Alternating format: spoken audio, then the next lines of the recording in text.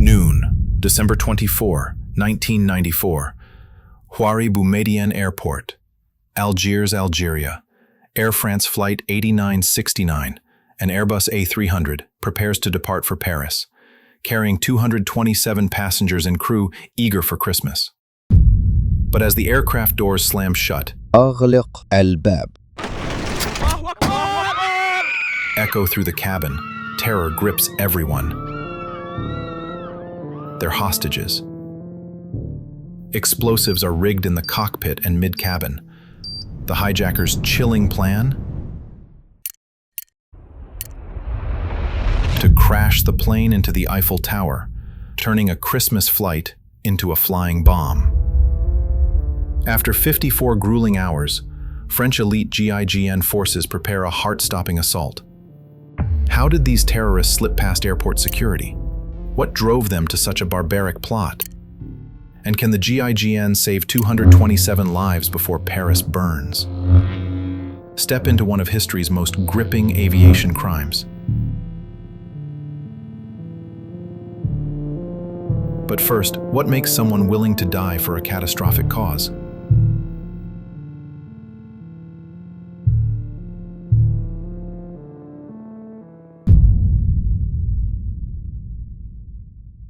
Before diving into their savage actions, let's uncover who these hijackers were. The four men belonged to the armed Islamic group, GIA, a radical Algerian faction aiming to overthrow the government and establish an Islamic state. Led by Abdullah Yahia, a 25-year-old former petty thief from Algiers' Bab el Oued market, they were driven by extremist ideology. Unlike the sophisticated 9/11 attackers years later, these men were younger, less educated, but no less deadly. 7 years after this crisis, the world would witness the deadliest hijacking in history.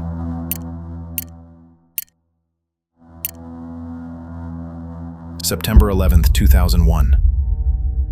19 terrorists, aged 20-35, mostly from Saudi Arabia and the UAE, hijacked 4 planes from United Airlines and American Airlines, crashing them into the World Trade Center,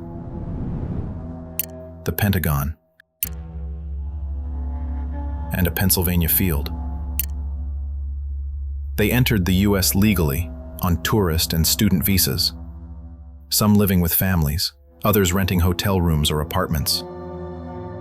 They trained at flight schools, paying up to $10,000 for 6-month courses, and coordinated via mailboxes and emails. Their leader, Mohammed Atta, 33, studied urban planning in Hamburg, Germany, before renting a house in Florida with his cousin, Walid al-Sheri, 23.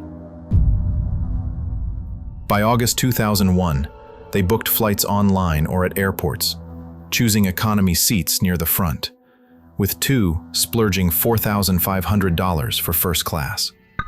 Armed with box cutters and folding knives hidden in toiletry bags, they executed their plan in under 2 hours, killing 2,977 people from 93 nations and injuring 6,291. The 9/11 Commission later named al-qaeda as the mastermind, with Osama bin Laden as the architect.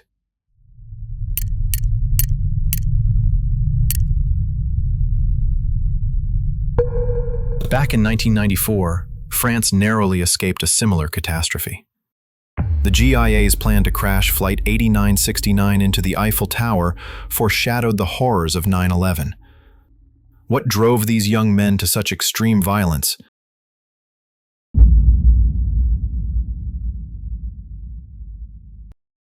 December 24, 1994, Houari Boumediene Airport buzzes with holiday cheer.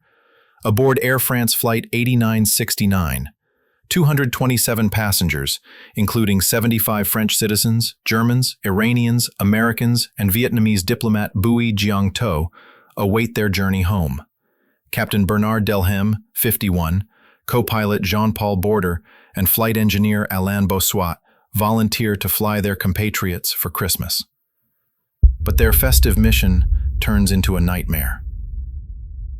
The four imposters are GIA members led by Yahya, a street thief turned fanatic. They storm the plane, lock the doors, and shout Islamic slogans. One seizes the cockpit, two control the cabin, and one aims a gun at passengers. How did airport security fail to spot these imposters? Minutes after boarding, Yahya demands the release of two Islamic Salvation Front (FIS) leaders, Abbasi Madani and Ali Belhaj, imprisoned in Algeria. Failure to comply will detonate two explosive charges.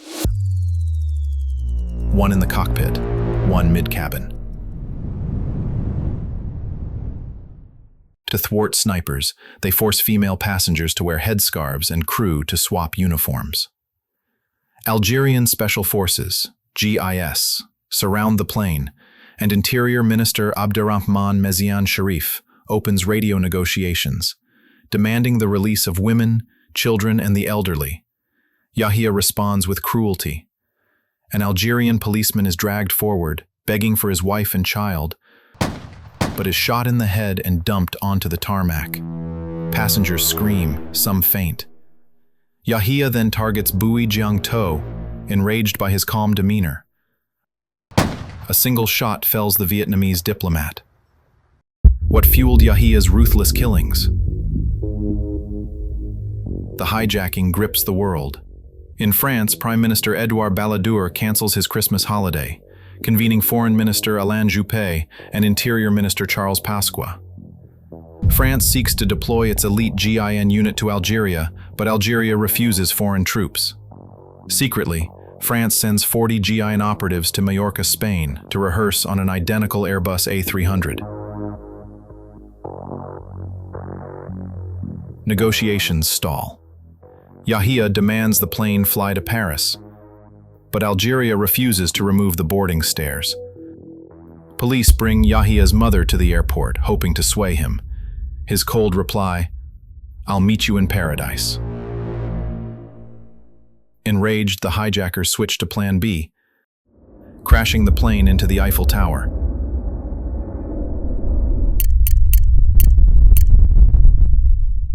By evening on December 25, Yahya issues an ultimatum.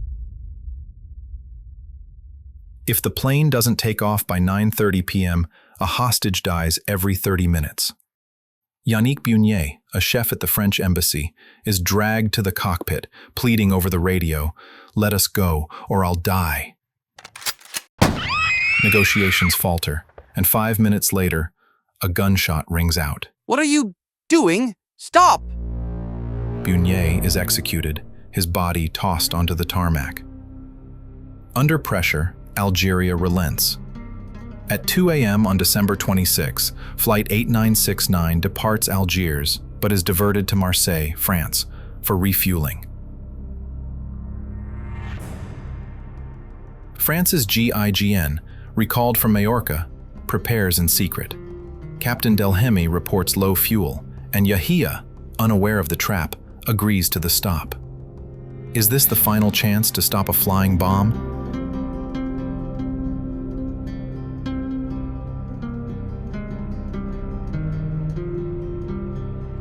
In Marseille, the plane is parked in a remote corner, far from the terminal.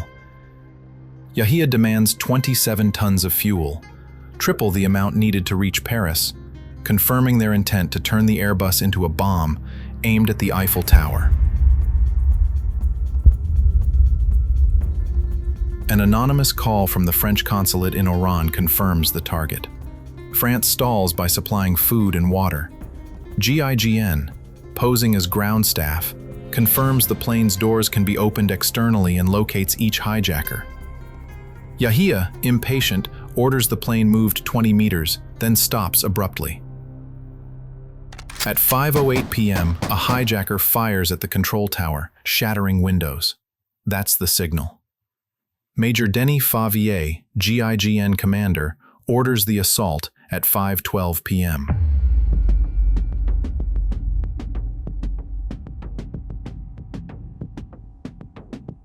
Three teams of 30 operatives in black masks storm the plane via mobile stairs from the front and rear doors.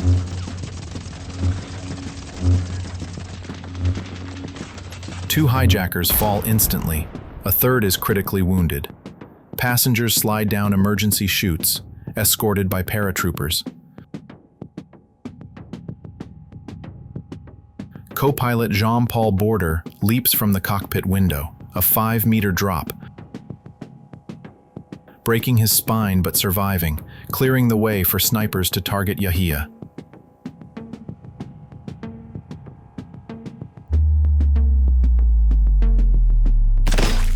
The final hijacker falls at 5:35 p.m.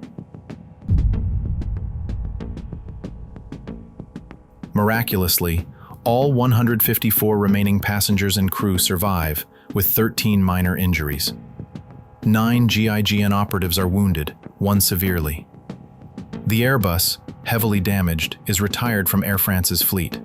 What made GIGN's high-stakes gamble succeed? The Air France Flight 8969 hijacking has changed airport security forever. Airports worldwide tightened passenger screening, adopting advanced weapon and explosive detection. Cockpit doors were reinforced and locked. Nations strengthened intelligence sharing to combat transnational terrorism. The GIGN and crew earned prestigious honors for their heroic efforts. Yet questions remain. How long did the GIA plan this attack? Could Paris have faced a 9/11 scale disaster if it wasn't stopped? Air France Flight 8969 is a tale of courage against madness. From a Christmas flight to a life-or-death standoff, 227 souls faced terror. Thanks to the crew's bravery and GIGN's daring, Paris was spared a catastrophe that foreshadowed 9/11. What do you make of Abdullah Yahya? A fanatic? Or a pawn in a larger game? Can today's aviation security stop another hijacking like this? And if you were Captain Delhem, how would you face a gun to your head? Share your thoughts in the comments, and don't forget to like and subscribe for more thrilling crime stories. Want us to dive into Osama bin Laden's story, or other figures who have impacted humanity next? Let us know below.